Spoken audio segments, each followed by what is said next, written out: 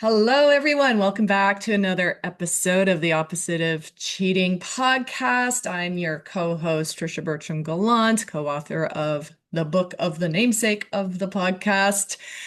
This is episode, what did I just say, Carter? I think you 53. said 53. I Yep. said 53 and I forgot almost 2 seconds later. And everybody, I'm here today with Carter Moulton, and we're going to talk analog.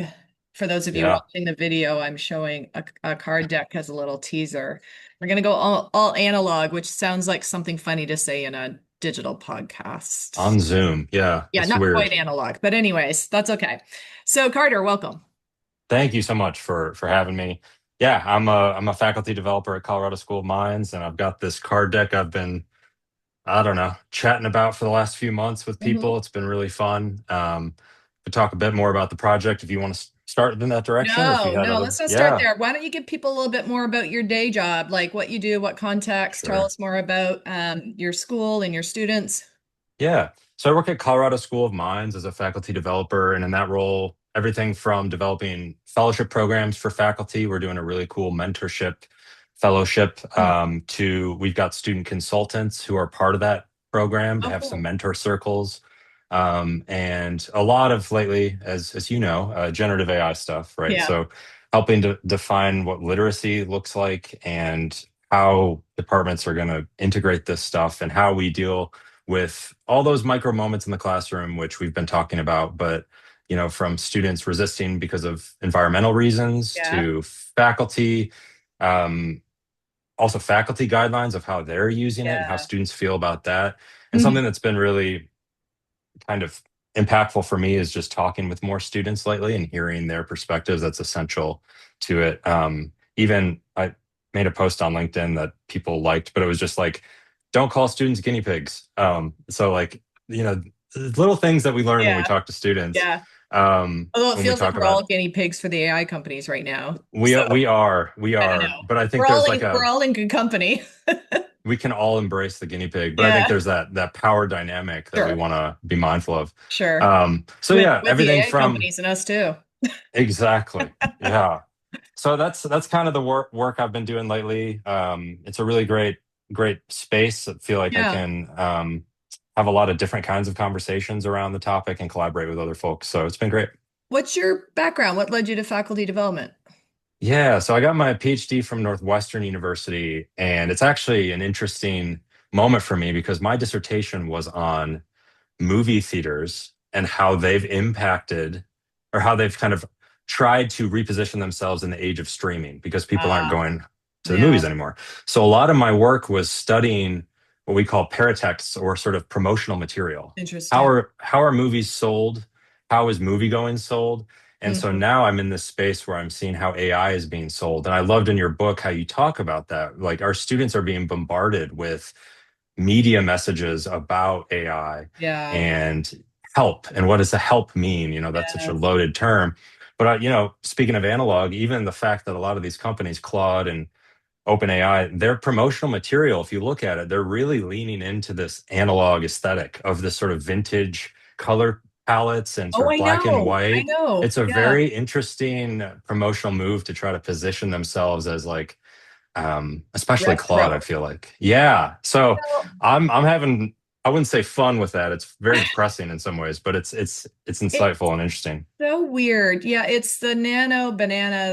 That's Google, right? Like everybody started doing infographics and they all looked the same. Yes. And it was that what's that color scheme? That yellows and browns. It's very retro, but there's an actual name for it.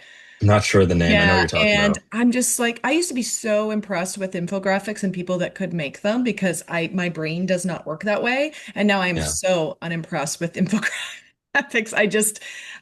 I'm not, as soon as I see one, I kind of turn my nose up, honestly. Like I don't Yeah. want to look at it.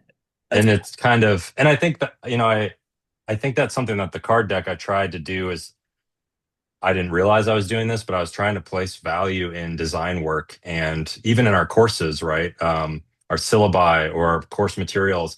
Design is actually an act of care to like put some work into yeah, how something looks and create an experience. right.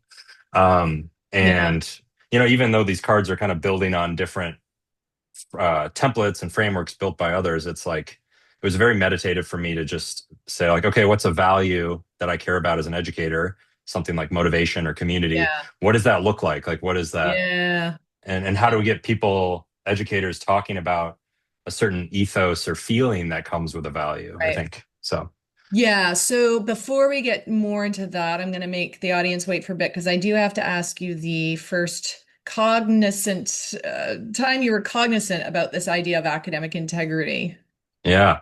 So let me share this, and you tell me if this means anything to you, what I'm about to say. Maybe Okay. you've heard this story before, but my first kind of memory of academic integrity was in elementary school. Mm. And all I remember, it's, this sort of archive of weird snapshots of things happening. But essentially, what the system was we would go through our day, and if we were good and we did proper behaviors, we would get, and I don't know why it was a frog, but it was a frog slip.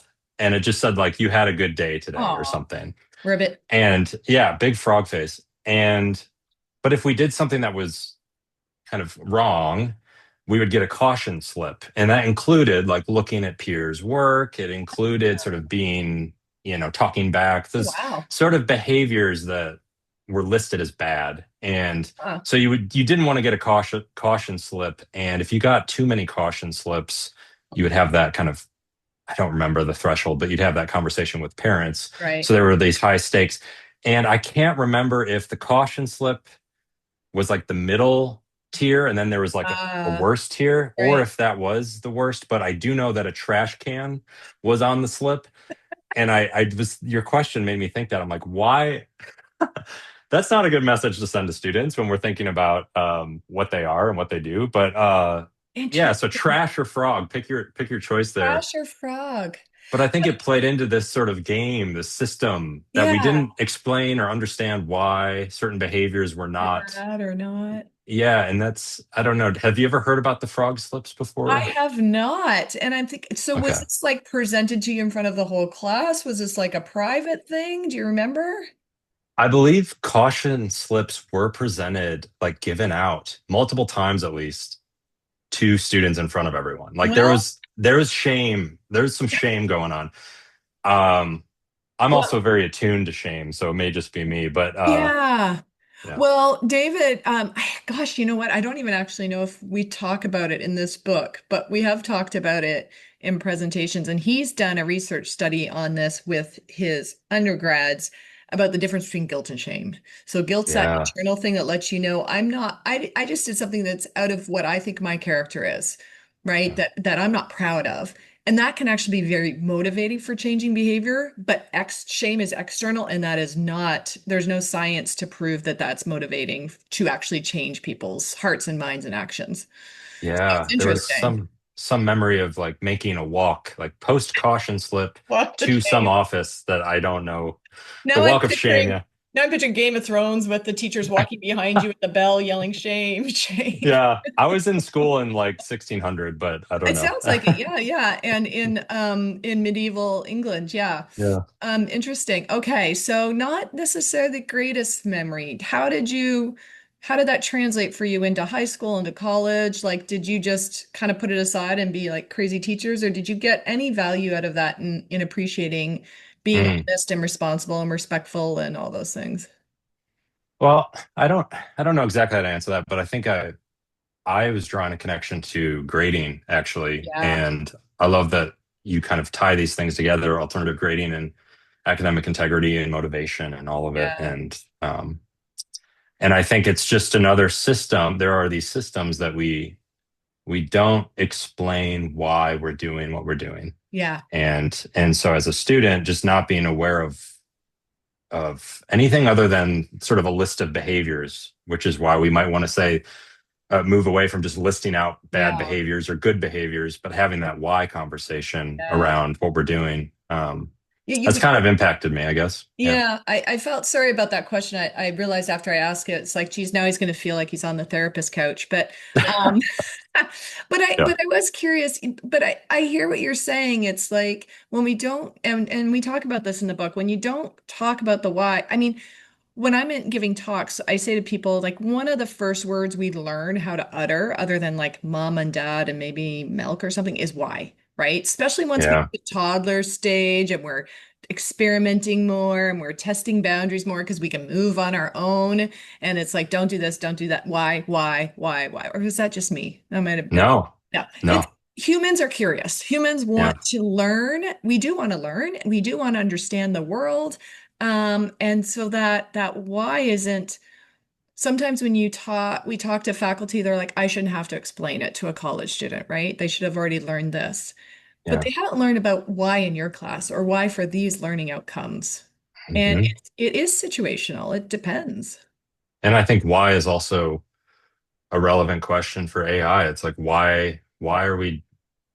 Why are you why using are it? we integrating this? Why are Yeah. we using it? Yeah. And I know like the efforts to integrate AI into the classroom, um, the why is not clear to students, right? It's not like I've had multiple conversations with students of like it feels forced. Like it feels like I don't understand why it's being kind of shoehorned in Mm, to the learning experience. And so, in that way, again, it's like alternative grading of sort of if you're going to try on a new system or try out a new tool or try out yeah. anything, it's there that why framing has to be there. Both for yourself and for the students. Yeah. Yeah. And for your Yeah. tenure package and your teaching portfolio and, all those other things. Yeah. Hmm. So, okay. So you got a card deck here. It's called Yeah. Analog Inspiration, Inspiring Human Learning in the Age of Gen AI. Yeah. Tell us about this card deck. And you've sent me a copy. I mean, you sent me a pack. Yeah. And I have not played with them yet because I mean, I looked through them, but I Yeah. haven't played with them yet because I wanted to hear your description. Sure. Yeah. So, I mean, one of the things I'm most passionate about is just bringing people together to have community and conversation, and Yeah. that's one of the joys of this work. Yeah. And so that's why a card deck is because there's a card deck called the Curiosity card deck Mm, that my partner and I have, and we just play it with friends. It's kind of like deep questions. There's a happy hour edition. It's just a nice structured okay. way to have conversation. Yeah. Um, and I think partly what I wanted to do was, on the one hand, create something that really spoke to people's values in this moment because we're not hearing a lot about values right now. We're hearing a lot about efficiency and Yeah. personalization, and we're not hearing about things like care and Mhm. um, joy, Transparency, transparency, humor. intention. Yeah, rest even. Hmm. There's a really great card deck called the Rest deck, I which saw is that a one. Okay. yeah. So wanting to do that, but then on the other hand, faculty in our conversations want practical ideas, quick practical ideas, because we can be so theoretical about like the what we're trying to accomplish with integration or whatever. And it's like, Yeah. just give me something I can take and I can Right. feel. So there's kind of two tracks of conversation ideally with the cards. Is one, you can shuffle this up and bring people together and give them 5 cards each and say, read these cards and pick a value that and talk about how that shows up in your teaching. Yep. Talk about how humor shows up in your teaching. Have a Mm-hmm. new conversation with people about that.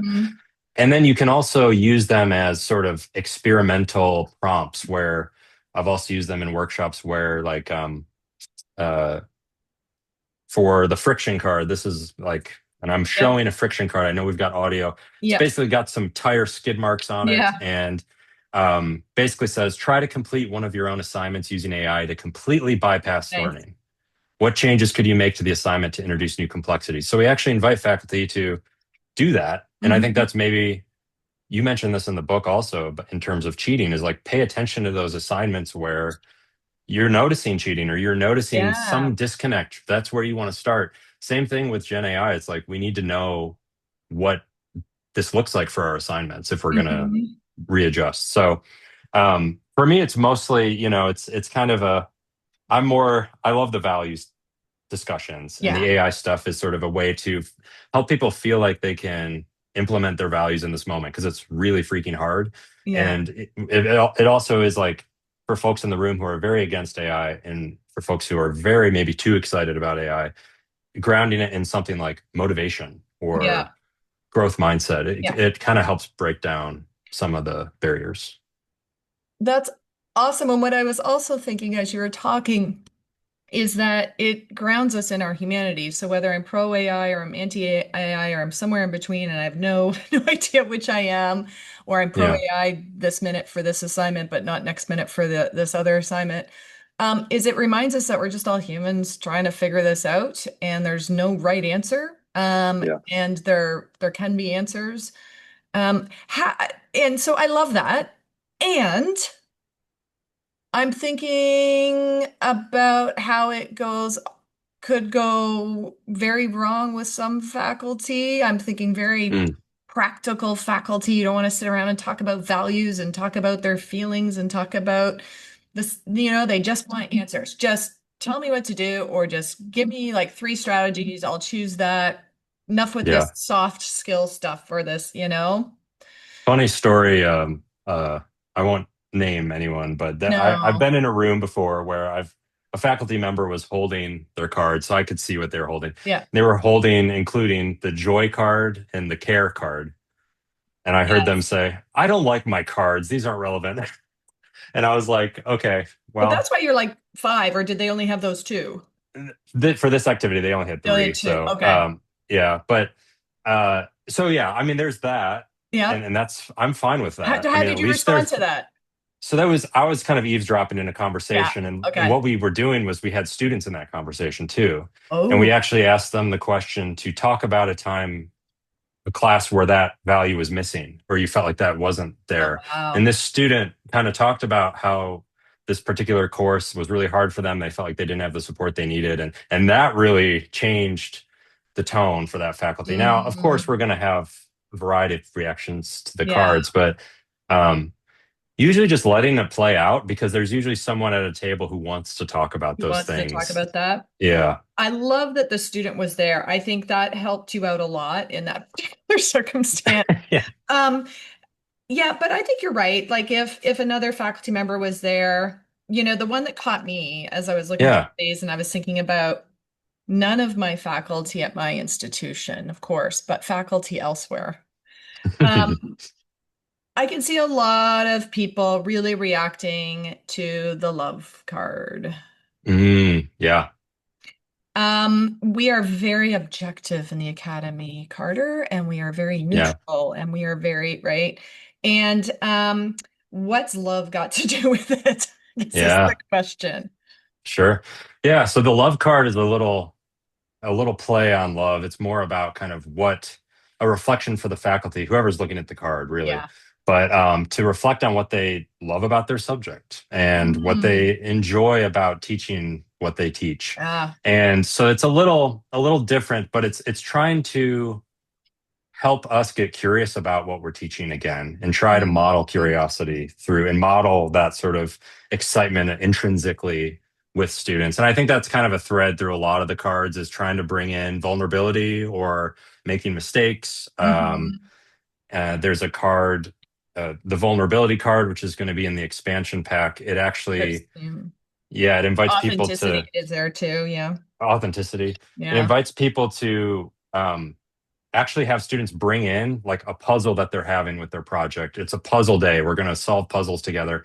And you just share, here's where I'm stuck. And you can use AI to kind of brainstorm solutions as a team together Yep. as you're working on your projects. But then you start that conversation by, as an instructor, modeling your own puzzle. This could be something, hey, I don't know how to frame this conference abstract I've got going on, or just And kind of relating on a human yeah. level. It all comes back down to the relationships. And part Mm, of that seems to me to be um, trying to encourage that new way of looking at the course, new way of looking at the student community, if we've been teaching the same subject yeah. for however long. So I love what I can see. Thank you for all of this because I did get the card deck and I read, the instructions or read the project and I still was like, I'm not seeing how Yeah, I would actually use this if I was gonna introduce this into something I was doing. So that's really helpful. I'm thinking about talking to a group of faculty at a community college that have 20, 25 kids in their classes yeah, versus talking to a group of faculty at my institution that might have 150, 200, 500, 600 plus students in their class. yeah, How, like some of, I believe that all of these cards are still relevant no matter the situational context of your class. sure. And I mean, I'm just kind of vibrating with that last example of like problem solving and come to class, and I'm picturing that and the professor being very vulnerable, and I'm picturing that being a very small class. So Sure. how have you seen this help faculty who teach large classes? Yeah.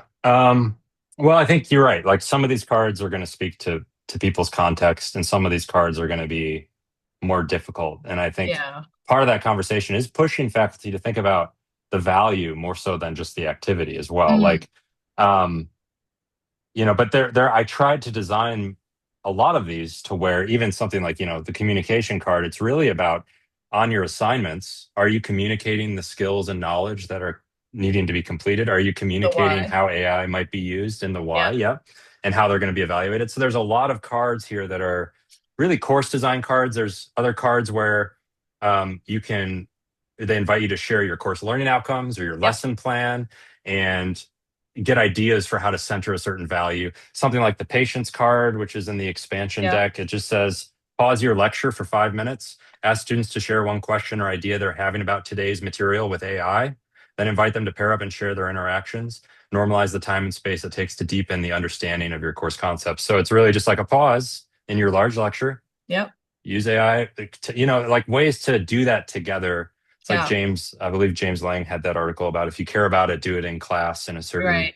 Right. um, so I've been mindful of that. Now, some of these Hmm. are, when we think about scaling, that's a question that is not a card deck's not going to solve, but we're going to No, try. and no, I Yeah. appreciate that was a great answer. And the thing I like about if you do have enough cards to let everybody choose five, then there's going to Yeah. be one that will work regardless of their what they Sure. teach, how big their class is, all of that, what kind of person they are. There's going to be at least one that will, Yeah. because so I just randomly chose motivation, self-regulation, imagination, curiosity, and friction. So out of all of those, there's going to be one that works, I think, no Yeah. matter what I teach. Another thing I want to do, I haven't done this yet, but even some of the scenarios in your book too, but bringing in like a scenario on the screen. Mm, Everyone's got their cards at a table, and you're actually thinking about the values at play in that scenario, and you're thinking hmm. about how you might respond based on those things, and you're as a table kind of having a discussion, playing certain cards about how you might approach that scenario. Yeah. Okay. So can I share the integrity card with you? This Oh, is sure. You've got okay. So just like other card decks, in out there in the world, Carter's following good standard practice, and he's doing an expansion set for the card deck. I think that's brilliant. And so apparently there's one for integrity now. there The big is, and reveal. this has never been revealed. You're the third person to see this. I mean, I'm What? going to show it to you on a small little screen, and our podcast listeners can't see anything. Um, but basically, people pointed out there's more than 48 values, and they're like, do you have compassion on there? And I'm like, Mm, no. So it's been fun to keep thinking about it. But this is the integrity card, nice. and it's sort of a lighthouse with the word integrity being the Yeah. light there. And I quoted your book actually. It says, as an educator, you see a student, not a scoundrel or criminal, which means Mm, you see a person who has the capacity to learn. I love mm, that. And thinking about the potential opportunity that this scenario might bring forth. So as you'll see if you flip through the cards, some of yeah. them are more thought exercises. So the Yeah. rest card is more just like take a nap today. Yeah. Don't worry Um, about it. so Yep. with the integrity card, I didn't want to prescribe what to do, but I wanted to provide some scaffolding of questions we might ask ourselves. So Okay. it's sort of poetic. Bear with me here. Um, it's not poetry, but I tried. What if a student uses AI to cheat? So then I've got a bunch of questions here. Am I sure? What would it look like for me to lead with curiosity? Am I Mm, willing? Am I willing to make a false accusation based on an unreliable AI detection tool? Is there something this student might yet do to learn and grow from this moment? Is there a path forward to restore trust and repair the harm done, both to the student's own learning and to our community? Is there something I can do to proactively disincentivize cheating in the future? Might this student help me better understand how to do that? So it's more of a, if this happens, yeah. most of the cards are very proactive. And I like that your book kind of is largely proactive, but then Yeah. you get to that moment where, okay, it's happened. What do we do? Yeah, I was gonna say And we have a whole chapter on how to have that conversation. Yeah. exactly. And I think for me, it was just a way to kind of ask some questions that I felt were important based on the things I've read from your book and also Yeah. from uh, cheating lessons Yeah. as well. Yes. Yeah. Yeah. So, that's more of a sort of reflective card rather than an activity card. But I wanted to share that with you, and thank you for kind of inspiring that as well. Yeah. No, it's those are really important questions. We always talk to David and I always talk to educators about keeping your educator hat on, right? When Yeah. you're approaching this. You don't get all upset. Well, you don't get upset in the same way when a student makes an academic mistake, like an error, right? They get something wrong. Hmm. You might get upset if two-thirds of your class got it wrong, because then you're like, what did I do? Like, did I not teach this properly? Did they not get it? Right. But you get a little bit more curious than emotional. And then when students make what you see as a moral or ethical mistake, that curiosity takes a back seat to the emotions. And I get it. And I say to faculty, feel your feels and then just set them aside for a second and try and be curious. And Yeah. it can be hard to do. But it's goes so much better if, as our Australian colleagues say, you focus on validating learning rather than catching cheating. Yeah. Yep. It's a totally different orientation. Yeah. And I think again, it's like a value that I think we need to have as well is empathy here because Yes. as you say, I mean, our students are bombarded with messages. They're Ugh. in, even thinking about their media diets and their social Yeah. media diets and trying to find assignment directions and trying to find the AI policies for 5 different courses. Yeah. And this one will punish me, and this one is requiring me Yeah. to use AI. And that's got to be. I mean, I'm glad I'm not a student right now. Oh, Like, I'm glad I'm not so a kid right now. yeah, exactly. So having that empathy and curiosity, as you say, I think Yeah. hopefully can point us to some productive conversations with students. Well, and because I don't want to risk us going down the Pollyannish road, I will let our audience know who haven't read the book. We do talk about enrolled persons in our book. We do talk about not all students are innocent people who've made a Yeah, mistake. The majority are people who've just made a mistake in their journey. But empathy to me even applies in those circumstances because you have empathy to the rest of the students when you yeah, address cheating when it occurs. Because if you just allow cheating to happen, not only are you hurting the student who's going to get a degree that means nothing, but you're hurting all the other students around them as well.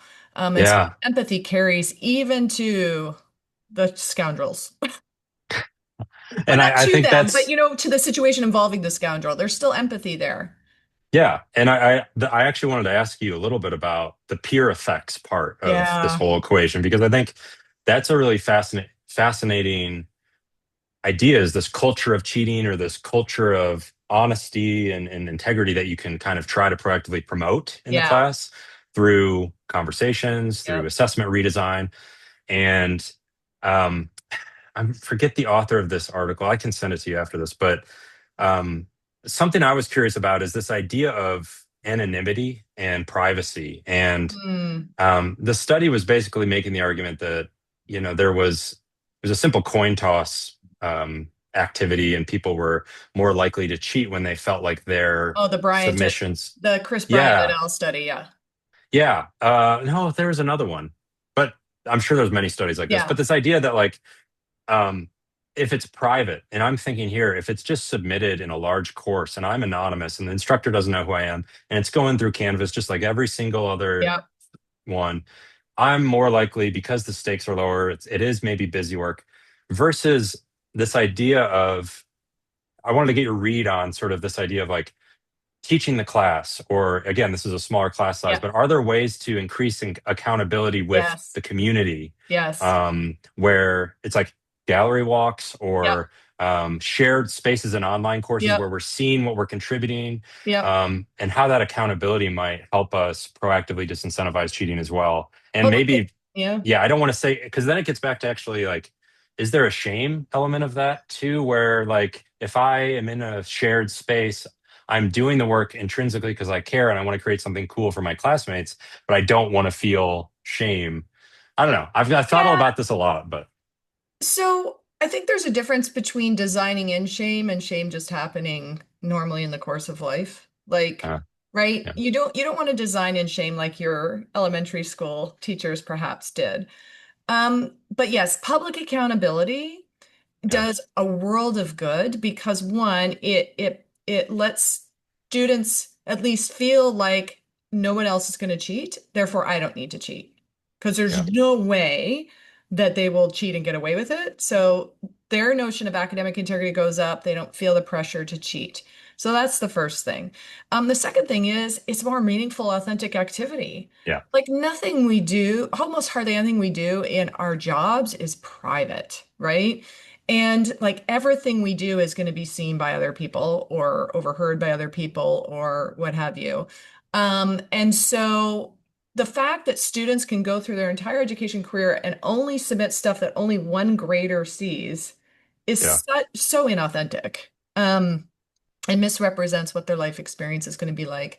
So I think that's an issue. So I think we do have to train them on how do you publicly declare your knowledge and abilities in a way that it has integrity and you're open to criticism and you're open to critique and how do right. you persist and how do you stay resilient through that and how do you like the book Thanks for the Feedback, like how do you take that feedback and work with it. So I think that is one of those durable human skills that we're doing students a disservice by not having enough public accountability in our schoolwork. Yeah, I love that. And I think it's for me, it's also double dipping because you're also then if framed in a way that's supportive of student learning and individual expression and all that, you're creating community and you're creating relationships, which is another Absolutely. mode of resistance against AI right now, Yep. which is like the sort of isolation, loneliness, mental health crisis. Yes. And for me, I think that's two areas I want this card deck to like focus on is like Yeah. bringing people together and you're resisting by making relationships and re-envisioning what those Yeah. relationships are. And then the second one is like slowing down Yeah. and talking with Yeah. cards, because I think there's a lot of speed right now. So, It's so fascinating because you do make a card deck for students too, right? There's a student so version. there is not, so there are specific cards that are, there is, I'll show you this one too. This is it's got Mark Watkins has a Yeah. quote on here. It's the responsibility card, Yeah. and it's double sided. So there's a side for students and a side for Ah, faculty. okay. Um, and some are more about like student activities for like first day of class or Yeah. something like that. But this is primarily for faculty Okay. right now. Well, I'd encourage Student, maybe to think it may be about. coming. Yeah. So, yeah, because what I'm thinking is that to your point about human to human connection, I keep saying to folks in most of the keynotes I give, like, what added value are universities and colleges going to add to this AI powered world or dominated world? We're not quite sure yet which it's going to be. And it's the human human connection. And so to answer your question earlier about the public accountability, like flipped classrooms, as much as we can flip the classrooms where students are you know, doing some of the learning asynchronously, whether that's through AI or the textbook I suggest they read or whatever, but then they come to class and apply and solve problems with each other, with the professor. And so when I taught in our School of Management, I used a team-based learning method, and the students basically there was activities every week that led to their final project.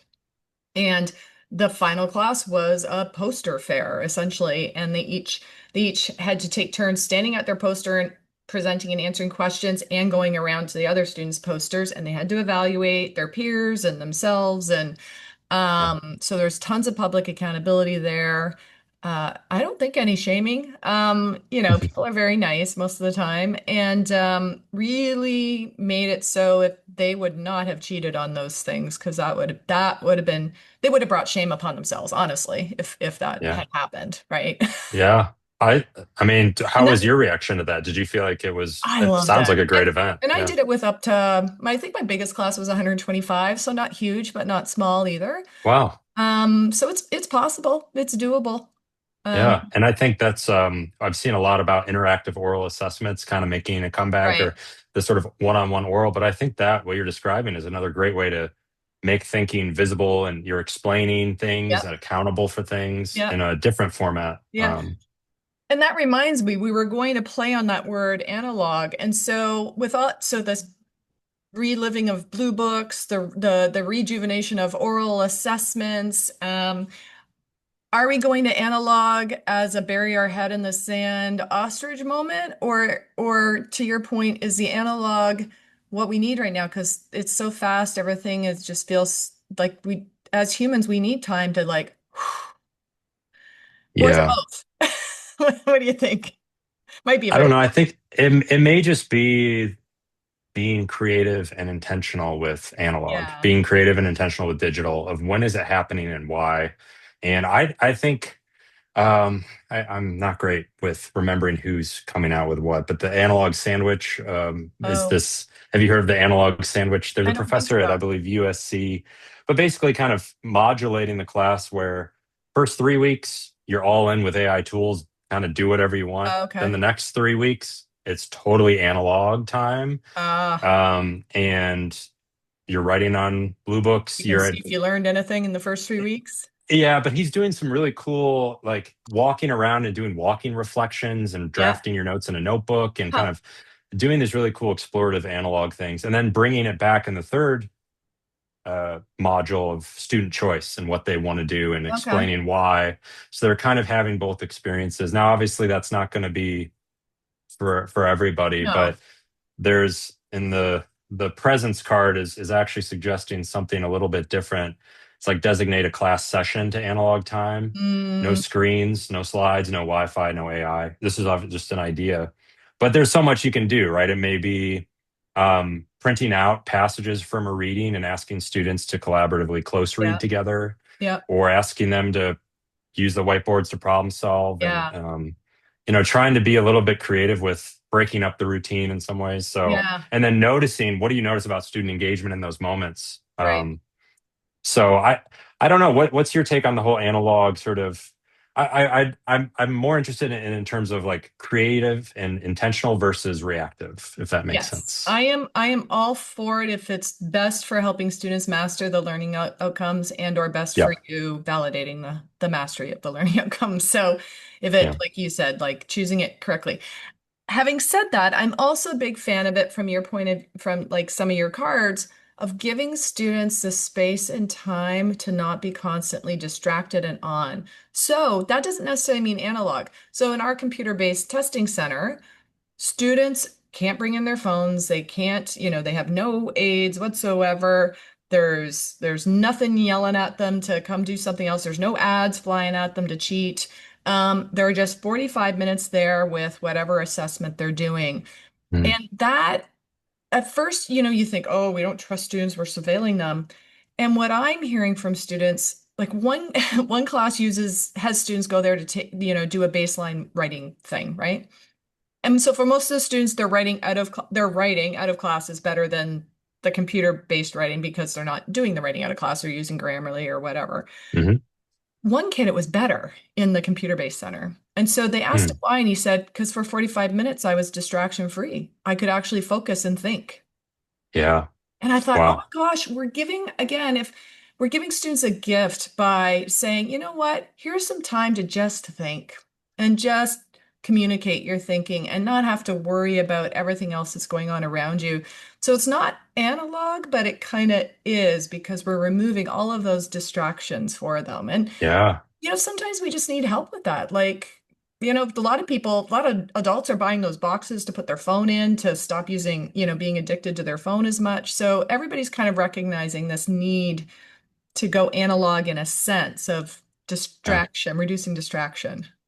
Yeah, love it. And I think that's, even for, I would challenge folks even for a 5 minute chunk, open up space. Yeah, Where can you open up space for yeah, that? Like, yeah, and I think that could also help you form more of that, again, community of yeah, like, this is a little bit different and I care about you and here's why and yeah, here's what we're going to try. I yeah. don't know. So Doing it I from think the that's care wonderful. perspective. That's how the students who come here, a lot of times we know their name and we say hi and how are you doing and all that. And we present it as we care about you. We want to give you this space, right? Rather than we Yeah. don't trust you. And so Yeah. that's really important. And I don't think it's just rhetoric. Like it's not just a reframing to make ourselves feel better. It really is in how we approach that. So, thank you so much, Carter. This was a fascinating conversation. Excited. Thank you. I think I'm gonna try this with my staff first, my own internal team, and see how that goes. Maybe we'll Sure. try Try this it at our out. next week's meeting. And I'll give it a try and I'll let you know how it goes. I'm trying to frantically find the growth mindset card so I can be like, give me feedback. We can improve. Yes. I have a growth Yes. mindset, Absolutely. but Yes. yeah. And we will include a whole bunch of links in the show notes for everybody. And so they can find out how to get their own analog inspiration cards. Thank you. And I just want to recommend this is your podcast, but if anyone's watching, do check out the book. And if you're leading faculty, communities of practice, learning communities, book clubs, it's been really great so far at my institution to have these conversations. So I wanted to thank you as Oh, well yeah. for making that and inviting me on here. Yeah. Thank you. All right. Take care. You too.